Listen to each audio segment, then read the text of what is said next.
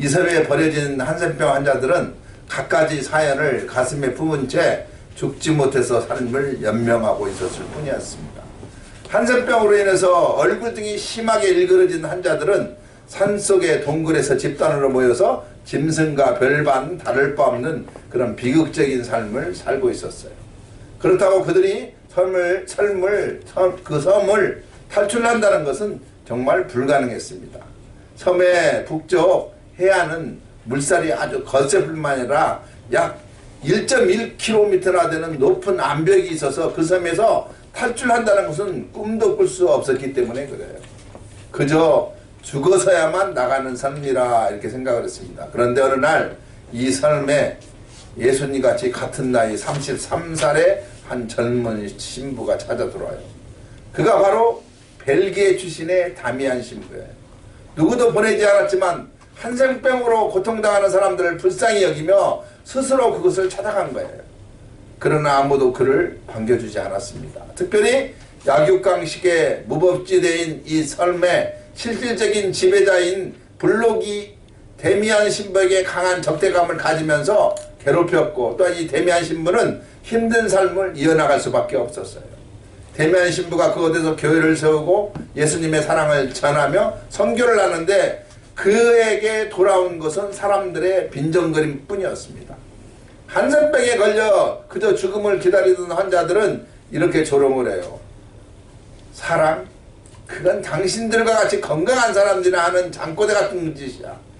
그때마다 이 다미안 신부는 기도하기 시작합니다. 그들과 함께 하는 것만으로는 안 된다는 것을 알기에 이렇게 기도를 해요. 주님, 저에게도 저들과 같은 납병, 한센병을 허락하여 주시옵소서. 이렇게 기도를 하기 시작합니다. 여러분, 당시에는 저주의 병이요 죽음의 병이라고 알려진 한센병인데 그런 병에 걸리게 해달라고 기도를 한다는 것이 어찌 멀쩡한 정신으로 가능할 수 있겠어요. 그런데 이 다미안 신부는 자신을 통해서 예수님의 사랑이 조금이나마 그들에게 보여지기를 원했기 때문에 그렇게 기도를 한 거예요. 1885년 어느 날 그는 모욕을 하기 위해서 목욕물을 끓이던 중 실수로 그 뜨거운 물을 엎지르고 말았는데 양발도 신지 않는 이 발에 그 뜨거운 물이 쏟아져서 화상을 입었는데도 그는 전혀 아픔을 느끼지 못했어요. 자신의 몸에서 감각이 상실돼 버리고 맙니다. 그도 결국은 한센병에 걸리고 만 거예요. 하나님의 기도 응답이 있었던 것이죠. 그때 그는 이렇게 기도했습니다. 하나님 감사합니다. 그 강단에서 서서 그가 한 첫 마디는 형제들이여 라는 말이었다고 이렇게 말을 했습니다. 그리고는 나도 여러분과 같은 병에 걸렸습니다. 내가 여러분을 사랑하듯 하나님은 저와 여러분 모두를 사랑하신다 라고 이렇게 설교를 자신있게 할 수가 있었고, 그 설교를 들었던 한센병 환자들은 모두 눈물을 흘릴 수밖에 없었습니다. 그 후로 섬이 달라지기 시작해요. 약육강식과 무법이 판을 치던 그 섬이, 저주의 분위기가 가득했던 그 섬이 평화의 섬으로 바뀌기 시작했던 것이죠. 다미안 신부는 그들과 끝까지 함께하면서 자신의 한센병 치료를 거부하다가 결국은 49세의 나이로 세상을 떠나버리고 맙니다. 여러분, 다미안 신부가 그렇게 기꺼이 자신을 한센병에 걸리며 몰로카이 사람들을 사랑한 이유가 무엇인지 아십니까? 그게 바로 저와 여러분 우리를 사랑하신 하나님의 사랑이기 때문에 그래요. 객관적인 이유로 본다면 벨기에 출신의 신부가 태평양 한가운데 있는 그 작은 외딴섬에 찾아갈 이유가 없었어요. 자신을 반겨주지도 않는데 오히려 자신을 박대하고 핍박하는데 굳이 그곳에 갈 이유가 있겠습니까? 오직 하나, 자신이 경험한 하나님의 그 크신 사랑이 그의 가슴에 있기 때문에 그렇어요. 하나님의 사랑이 그를 그곳에까지 가게 만들어 주셨고, 그곳에서 기꺼이 자신의 생명을 내놓는 사랑을 하게 한 것이었어요. 여러분, 하나님의 사랑은 이렇게 위대한 사랑이 하나님의 사랑이에요.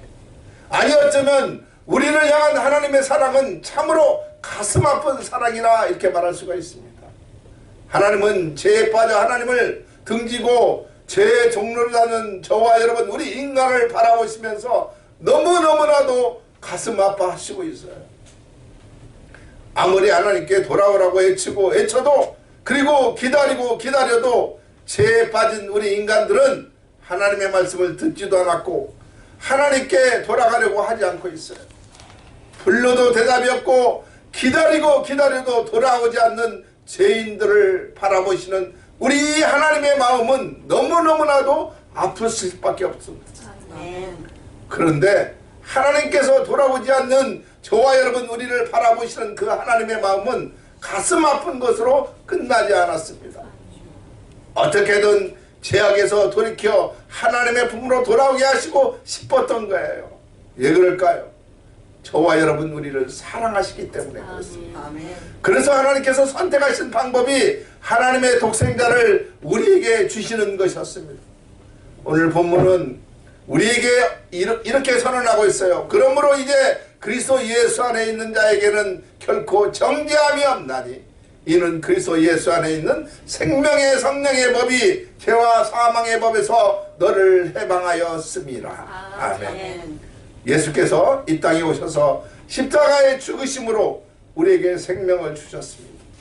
그 십자가 사랑 때문에 우리는 더 이상 죄와 사망의 법 안에서 죄의 종로를 살 필요가 없어졌다는 사실인 거예요.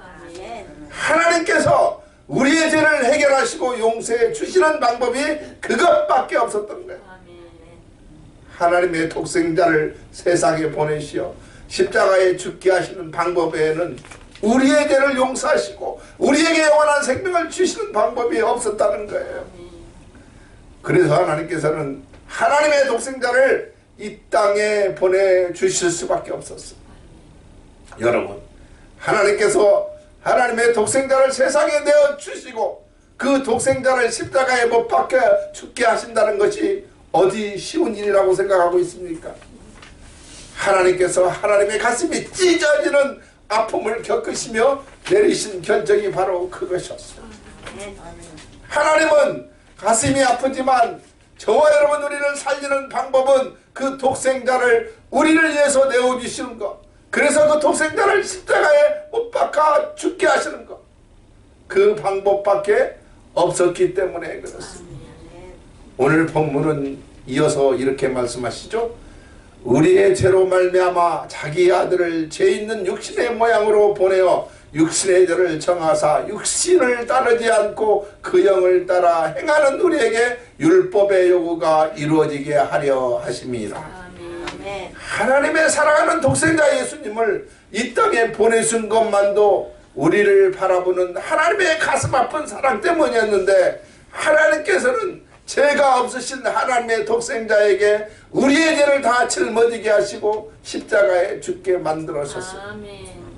죄 없는 자들에게 인간의 모든 죄를 뒤집어 씌우는 것도 마음 아픈 일이거니와 그 죄를 짊어지고 십자가에 죽게 하시면 더더욱 가슴 아픈 슬픈 일일 수밖에 없습니다.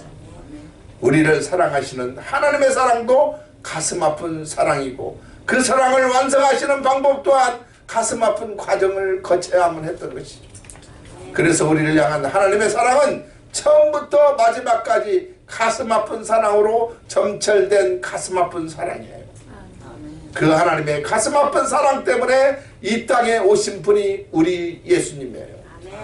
베들레헴 마구간에서 태어나신 예수님은 그 하나님의 가슴 아픈 사랑의 결정체였어요. 우리는 아기 예수님이 이 땅에 오심으로 구원의 은혜를 덧입게 될 수가 있었고, 그 예수님께서 십자가에 죽으심으로 구원의 완성이 될 수 있었지만, 하나님의 입장에서 보면 하나님의 독생자를 이 땅에 보내심도 가슴 아픈 사랑 때문이었고, 그 예수님께 십자가에 죽으심도 가슴 아픈 사랑 때문에 일 수밖에 없었어요. 여러분, 오늘은 기쁜 성탄주일입니다. 우리를 구원하시기 위해서 아기 예수님이 이 땅에 태어나신 기쁜 주간이기 때문에 그래요. 그런데 이 기쁜 날, 그 아기 예수님을 이 땅에 보냈을 수밖에 없었던 우리 하나님의 가슴 아픈 사랑도 조금이나마 느낄 수 있는 그러한 주간들이 되시기를 바랍니다. 독생자 예수님을 이 땅에 보내시면서 하나님께서 얼마나 가슴 아파하셨을 것인가. 이것을 생각할 줄 아는 한 주간이 되시길 바랍니다. 우리를 얼마나 사랑하시면 그 아픈 마음을 억누르고 하나님의 독생자를 이 땅에 보내셔야만 했을 것인가를 생각할 줄 아는 한 주간이 되시기를 바랍니다. 그리고 하나 더 생각한다면 우리는 예수님의 탄생을 축하하는 사람들이 되어서는 안 됩니다. 예수님께서 이 땅에 태어나신 것은 축하받을 일이 아니라 영광을 받으셔야 할 일이에요. 예수님은 십자가에 죽으시기 위해서 우리 인간의 모든 죄를 대신 짊어지시고 십자가에 죽이시기 위해서 이 땅에 태어나셨어요.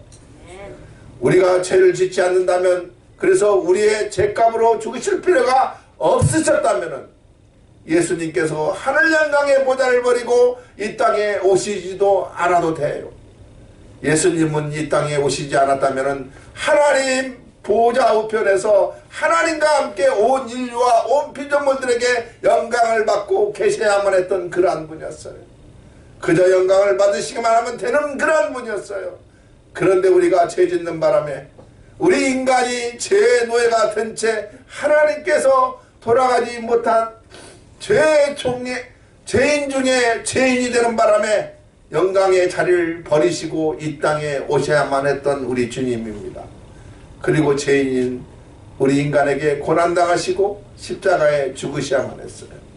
이 땅에 오시지 않았다면 고난당하실 일도 없고 십자가에 죽으실 일도 없었어요.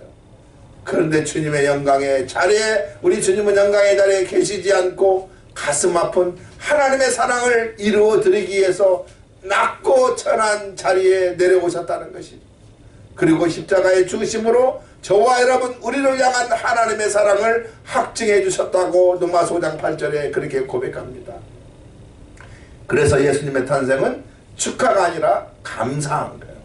고난받으시기 위해서, 그리고 결국에는 모든 죄를 뒤집어 쓰고 죽기 위해서 이 땅에 오신 예수님의 탄생을 우리는 축하할 수는 없어요. 감사하고 영광을 돌릴 뿐입니다. 여러분, 하나님께서는 우리를 사랑하셨어요. 가슴 아픈 사랑으로 사랑하셨어요. 그래서 죄인은 우리를 구원하시기 위해서 하나님의 독생자를 이 땅에 보내시기로 결정하셨던 것이죠. 그리고 하나님의 독생자를 십자가에 죽게 하셔야 하는 가슴 아픈 결정을 내리셔야만 했던 것입니다. 우리를 위해서 그렇게 하실 수밖에 없었어요. 우리는 지금 그 사랑을 노래하고 있어요. 그 사랑에 감사하고 있는 겁니다. 하나님의 가슴 아픈 사랑 때문에, 아기 예수님이 이 땅에 오셨기 때문에 그래요. 그 하나님의 가슴 아픈 사랑 때문에 우리가 구원을 받았기 때문에 그렇습니다. 지금도 우리를 향한 하나님의 사랑은 가슴 아픈 사랑이라는 것을 우리는 깨우쳐야만 합니다. 내가 내 아들 독생자를 너를 위해 세상에 넣어주고 너를 구원하시기 위해서 가슴 아픈 사랑으로 내 사랑하는 아들을 십자가에 죽게 하였는데, 너는 지금 그 사랑을 가슴에 품고 살고 있느냐라고 우리 하나님은 물어봐요. 우리 주님은 오늘 또 우리에게 물어보고 있어요. 내 가슴 아픈 사랑으로 사랑한 그 사랑을 알고 있느냐, 이렇게 물어보고 있습니다. 온 인류를 위하여 친히 인간의 몸을 입으시고 이 땅에 오신 하나님께서는 영광이요, 이 땅에서는 평화이신 예수님의 은혜와 은총에 더욱더 감사드리는 성탄의 계절을 맞이할 수 있는 저와 여러분이 다 되시기를 주님의 이름으로 축원드립니다. 기도하겠습니다. 하나님 아버지, 감사합니다.